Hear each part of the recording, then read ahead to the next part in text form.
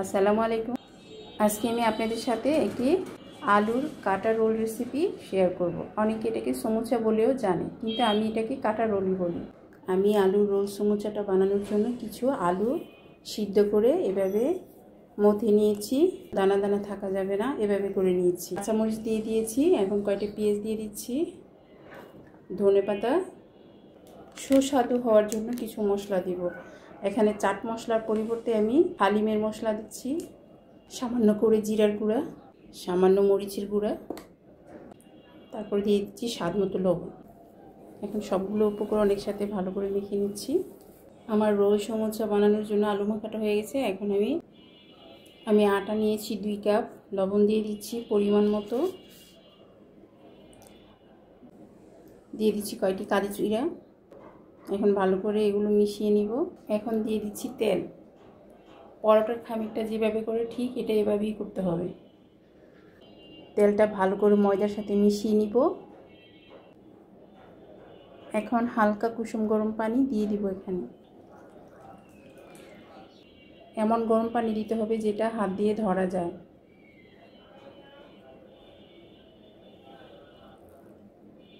এটা ভালো করে একটা টাইট ডো তৈরি করে নিব। ডোটা রেডি করে নিয়েছি, এরকম টাইট হবে, বেশি নরমও হওয়া যাবে না, বেশি শক্তও হওয়া যাবে না। এখন আমি একটি রুটি বেলে নিব, বড় করে রুটিটা বেলবো। রুটিটা একটু বড় করে বেলে নিলে অনেকগুলো রোল হবে। এখন আমি আলু মাখাটা এর মধ্যে দিয়ে দিব। আলু মাখাটা হাত দিয়েও বসিয়ে নিতে পারেন, আবার চামচ দিয়েও বসিয়ে নিতে পারেন, কোনো সমস্যা হবে না। তবে আমার চামচের চাইতে হাতের কাজটা বেশি ভালো লাগে। একদম পুরাটা আলু মাখা রুটির পুরা গায়ে মেখে দিতে হবে। কোনো দিকে কম থাকা যাবে না, আবার কোনো দিকে বেশি থাকা যাবে না। আর এটা খেতে কিন্তু অনেক টেস্ট হয়। আর আলু মাখাটা পুরাটা রুটির মধ্যে দিয়ে দিয়েছি। এখন আমি এটা রোল করে নিব। রোলটা খুব সাবধানে করতে হবে যেন নিচে গিয়ে ছিঁড়ে না যায়।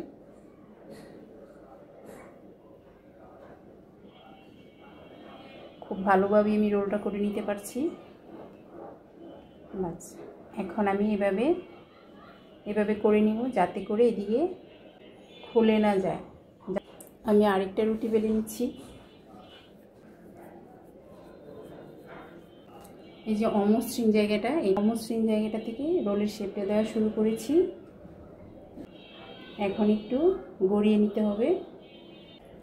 আর আরেকটা কথা বলছি, এদিকে যদি কারো রোল করার বেলায় এটা ছুটে যায় তাহলে সেক্ষেত্রে হালকা একটু পানি দিয়ে দিবেন।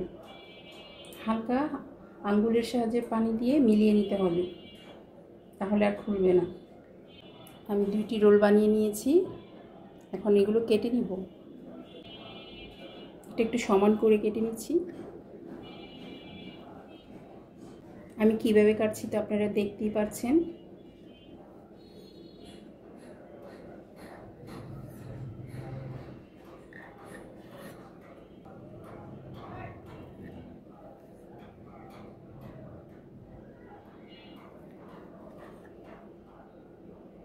আমার একটি রোল দিয়ে 7টি হয়েছে। এখন আমি এটা এভাবে চ্যাপটা করে নিব।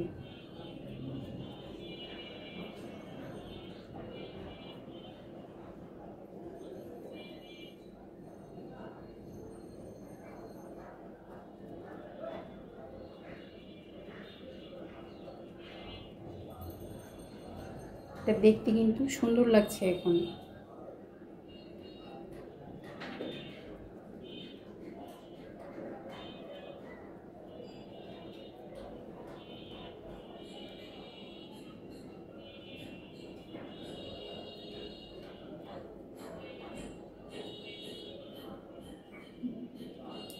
আপনাদের রুটির সাইজ যত বড় হবে রোলের সাইজটাও ঠিক তত বড়ই হবে। আমার রুটির সাইজটা ছোট ছিল, তাই আমার রোলের সাইজটাও ছোট হয়েছে। ওটার মতো করে সাইডটা সমান করে নিচ্ছি। এটাতেও আমার 7টি পিস হয়েছে। চাপ দিয়ে চ্যাপটা করে নিতে হবে, না হয় আলুর যে মাখাটা ছিল ওটা খুলে যেতে পারে। দেখতে পাচ্ছেন আমার সবগুলো রোল কাটা হয়ে গেছে, এখন আমি ভাজতে নিয়ে যাব। তবে তার আগে একটি কাজ করতে হবে, একটি ডিম ফেটে নিতে হবে। একটা ডিম নিয়ে নিয়েছি আর হালকা লবণ দিয়ে দিয়েছি, এখন একটু ফেটে নিব। আচ্ছা, এই যে তেলটা আমার গরম হয়ে গেছে, এখন আমি এই ডিমের মধ্যে কাটার রোলটা দিয়ে এভাবে গড়িয়ে নিচ্ছি। এখন আমি তেলের মধ্যে দিয়ে দিব। বিসমিল্লাহ। এভাবে সবগুলো রোল আমি ডিমের মধ্যে গড়িয়ে গড়িয়ে ভাজতে দিয়ে দিচ্ছি, উল্টিয়ে দিচ্ছি। মচমচ করে ভেজে নিতে হবে। সবগুলো ভাজা হয়ে গেছে, এখন আমি একটি একটি করে নামিয়ে নিচ্ছি।